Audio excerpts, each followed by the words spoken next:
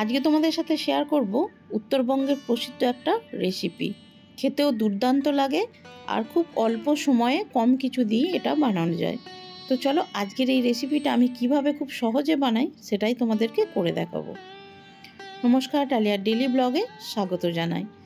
দেখো, যেটা মেন উপকরণ সেটা হচ্ছে ডিম, আর সেটা আমি নিয়ে নিয়েছি। এখানে শুধু সেদ্ধ ডিম অথবা শুধু ভাজা ডিমেও বানানো যায়। আমি দুই রকমভাবেই বানাবো। আমি এখানে 3টে ডিম নিয়েছি, আর 3টে ডিমকে ভালো করে ভেজে আমি 3 পিস করে নিচ্ছি। এখানে অল্প আমি পরিমাণ পেঁয়াজ কাঁচা লঙ্কাও দিয়েছি ডিমটার মধ্যে। তো দেখো, এখানে আমি 3 পিস করেছি। চাইলে তোমরা এগুলো আরও ছোট পিস করতে পারো বা বড়ও রাখতে পারো। ডিমটা তুলে নেওয়ার পর আমি দিয়ে দিলাম সরিষার তেল, আর তার মধ্যে দিয়ে দেব 3টে সেদ্ধ ডিম। একটা ডিম ফেটে গেছে, যাই হোক সেটাকেও আমি ভেজে নেব, আর ডিমগুলোকে এবার তুলে নেব। খুব সহজ রেসিপি বন্ধুরা। রেগুলার একই রকম ঝোল বা ঝাল ভাজা খাওয়ার থেকে এইরকম একবার বানিয়ে দেখতে পারো। আর যারা বানিয়েছো তারা তো অবশ্যই জানবে, খেতে কিন্তু ভাতের সাথে দুর্দান্ত লাগে। আর এখানে দেখো পেঁয়াজ দিয়েছি, পেঁয়াজে অল্প একটু দারুচিনি আর 2টো লবঙ্গ, এলাচ দিয়ে আমি একটু ভেজে নেব।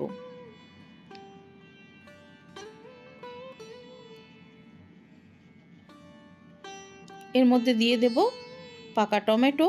আমি একটা বড় সাইজের টমেটো নিয়েছি, একটু টকটক মতো হবে, খেতে ভালো লাগবে। আর এখানে দেখো আমি নিয়েছি জিরে, ধনে, লঙ্কা আর হলুদ। আমি একটা পেস্ট বানিয়ে নেব, আর সেইটা আমি ব্যবহার করব।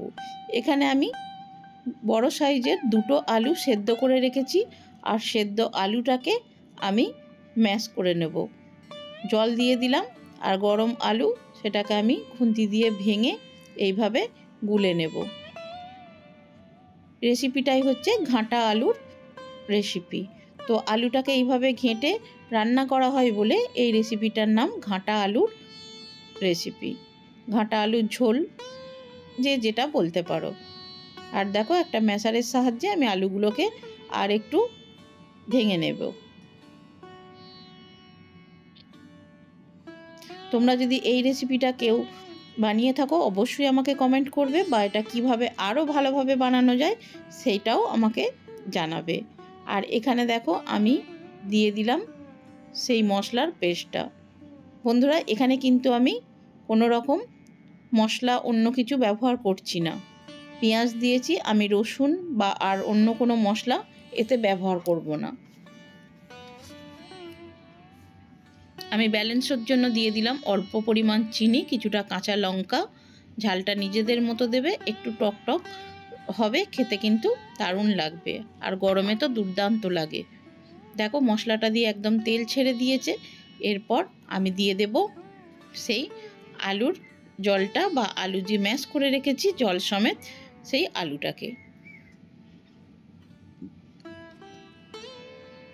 তোমরা চাইলে এর মধ্যে রসুন বা আদা এসব দিয়েও বানাতে পারো। আমি আজকে এগুলো দিইনি, এইভাবেই বানিয়ে দেখছি কেমন লাগে। কিন্তু খেতে দুর্দান্ত হয়েছিল। খাওয়ার পরই আমি ভয়েসটা দিচ্ছি। তোমরা এই অতিরিক্ত গরমে এই ধরনের রান্না করে দেখতে পারো। ভাত বা রুটি দিয়ে ভীষণ ভালো লাগে। এটা সেদ্ধ ডিমেও করা যায়, কিন্তু ভাজা ডিমের টেস্টটা আমার কাছে একটু বেশি ভালো লাগে, তাই এর মধ্যে আমি ভাজা ডিম দিয়েছি, আবার সেদ্ধটাও দিয়েছি। তোমরা চাইলে এইভাবেও করতে পারো, বা শুধু ভাজা যে যেরকম পছন্দ করো সেইভাবেও বানাতে পারো। এই ঝোলে ফোটার পর যখন ভাজা ডিমের টেস্টটা আরও বেড়ে যায়, আমার কাছে ভীষণ ভালো লাগে। ফাটা ডিমটা এই মুহূর্তে আমি দিচ্ছি না, কারণ কুসুমটা বেরিয়ে আসবে, এটাকে আমি পরে দিয়ে দেব। তো খুব ভালো করে আমি একটু ফুটিয়ে নেব ঝোলটাকে, আর দিয়ে দেব একটু কালারের জন্য কাশ্মীরি লঙ্কা।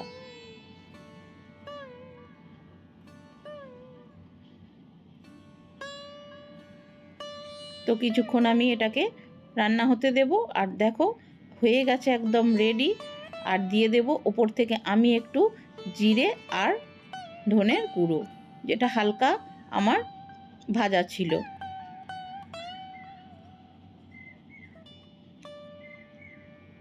আর দিয়ে দিলাম পাতিলেবুর রস। তোমরা না চাইলে এটা স্কিপ করতে পারো, কিন্তু অতিরিক্ত গরমে খেতে কিন্তু দুর্দান্ত লাগে। আর শেষে দিয়ে দেব সেই ফাটা ডিমটা, যেটা আমার ভাগেই পড়বে। কেমন হয়েছে দেখে বলো তো, ভীষণ লোভনীয় লাগছে।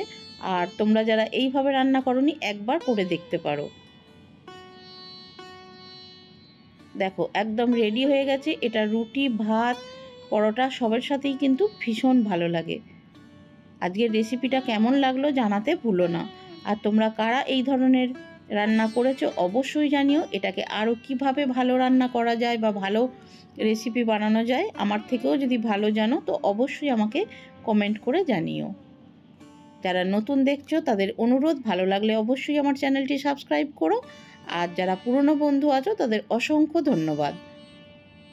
দেখো একদম রেডি হয়ে গেছে, কিন্তু দেখেই লোভ লাগছে না বন্ধুরা? এটা ভাত দিয়ে যেমন ভালো লাগবে, রুটি দিয়েও খেতে কিন্তু ভীষণ ভালো লাগবে। তো আজকের ভিডিওটা এই পর্যন্তই। কেমন লাগলো অবশ্যই জানিও। আবার আসবো নতুন ব্লগস অথবা নতুন রেসিপি নিয়ে।